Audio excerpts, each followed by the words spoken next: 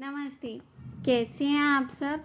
तो स्वागत है आप सबका एक बार फिर से हमारे YouTube चैनल पर। और अभी हम पढ़ रहे हैं एक कथा, जगदम्बा की कथा, जिसमें उन्होंने कालिका अवतार लिया है।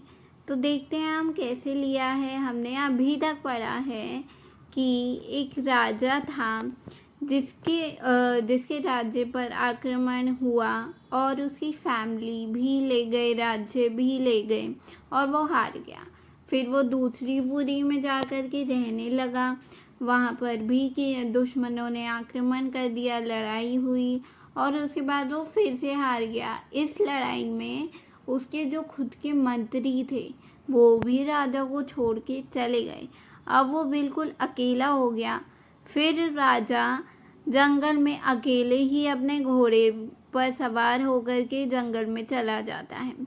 फिर वहाँ उसको जंगल में एक ऋषि मिलता है और मेधा नाम का ऋषि मिलता है और वो उसे खाना भी खिलाता है राजा को। फिर राजा उस जंगल में घूमता है तो उसको एक कॉमन पर्सन, एक इंसान मिलता है जो इधर उधर घूम रहा होता है, बहुत दुखी होता है। तो राजा उससे पूछता है कि तुम दुखी क्यों हो। तो जो कॉमन पर्सन होता है वो राजा को बताता है कि उसकी भी फैमिली ने उसे छोड़ दिया है, लेकिन उसे अपनी फैमिली की बहुत चिंता है। राजा उस कॉमन पर्सन से बोलता है कि जब फैमिली ने छोड़ दिया है तो तुम्हें उसकी चिंता क्यों है। तो फिर जो कॉमन पर्सन होता है वो राजा को बोलता है कि तुम्हें भी तो अपनी फैमिली की चिंता है, तुम भी तो करते हो। तो फिर वो दोनों मिल करके ऋषि के पास जाते हैं ये जानने के लिए कि मोह से कैसे छुटकारा पाएं।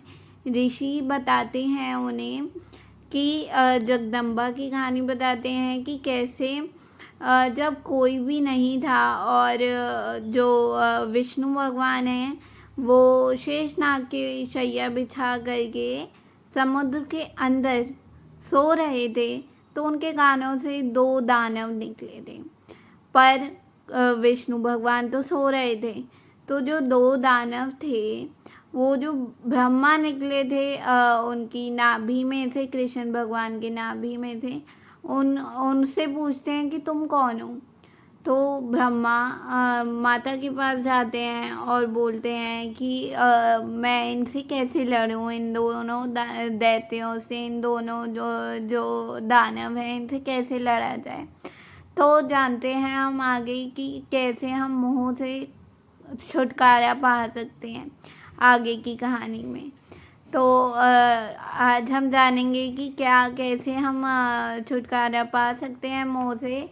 और अगर अभी तक आपने हमारा YouTube चैनल सब्सक्राइब नहीं किया है तो जल्दी से जाकर कर दीजिए और वीडियो पसंद आए तो इसे लाइक और शेयर भी कर दीजिएगा। और इस वीडियो में हम जानने वाले हैं कि मोह से कैसे छुटकारा मिलेगा, तो इसीलिए इसे बिल्कुल भी स्किप ना करें। तो चलिए शुरू करते हैं। ऋषि कहते हैं इस प्रकार मधु और कैटभ के नाश के लिए ब्रह्मा जी के प्रार्थना करने पर संपूर्ण विद्याओं की अधिदेवी जगत जननी महाविद्या फाल्गुन शुक्ला द्वादशी को त्रिलोक मोहिनी शक्ति के रूप में प्रकट हो महाकाली के नाम से विख्यात हुई। तदंतर आकाशवाणी हुई, कमलासन डरो मत, आज युद्ध में मधु कैटभ को मारकर मैं तुम्हारे कंठ का नाश करूंगी। मैं यूँ कहकर वे महामाया श्री हरि के नेत्र और मुख आदि से निकलकर अवजन्मा ब्रह्मा के दृष्टि पथ में आ खड़ी हो गई। फिर तो देवाधिदेव ऋषिकेश जगन्नाथ जाग उठे। उन्होंने अपने सामने दोनों दैत्य मधु और कैटभ को देखा।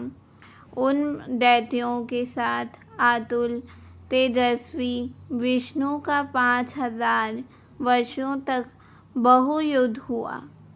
तब महामाया के प्रभाव से मोहित हुए उन श्रेष्ठ दानवों ने लक्ष्मीपति से कहा, तुम हमसे मनोवांछित वर ग्रहण करो। नारायण बोले, यदि तुम लोग प्रसन्न हो तो मेरे हाथ से मारे जाओ, यही मेरा वर है, इसे दो। मैं तुम्हें दोनों से दूसरा वर नहीं मांगता। ऋषि कहते हैं, उन असुरों ने देखा सारी पृथ्वी एकाग्र वर के जल में डूबी हुई है। तब वे केशव से बोले, हम दोनों को ऐसी जगह मारो जहाँ जल से भीगी हुई धरती ना हो। बहुत अच्छा कहकर भगवान विष्णु ने अपना परम तेजस्वी चक्र उठाया और अपनी जांघ पर उनके मस्तक रखकर काट डाले। राजन, यह कालिका की उत्पत्ति का प्रसंग कहा गया है। महामते, अब महालक्ष्मी प्रादुर्भाव की कथा सुनो। देवी उमा निर्विकार और निराकार होकर भी देवताओं का दुख दूर करने के लिए युग युग में सरकार रूप धारण करके प्रकट होती है। उनका शरीर ग्रहण उनकी इच्छा का वैभव कहा गया है। वे लीला से इसलिए प्रकट होती है कि भक्तजन उनके गुणों का गान करते रहें। अध्याय समाप्त। चलिए कल हम पढ़ेंगे एक नया अध्याय जिसका नाम है संपूर्ण देवताओं के तेज से देवी का महालक्ष्मी रूप में अवतार और उनके द्वारा महिषासुर का वध। तो तब तक के लिए धन्यवाद।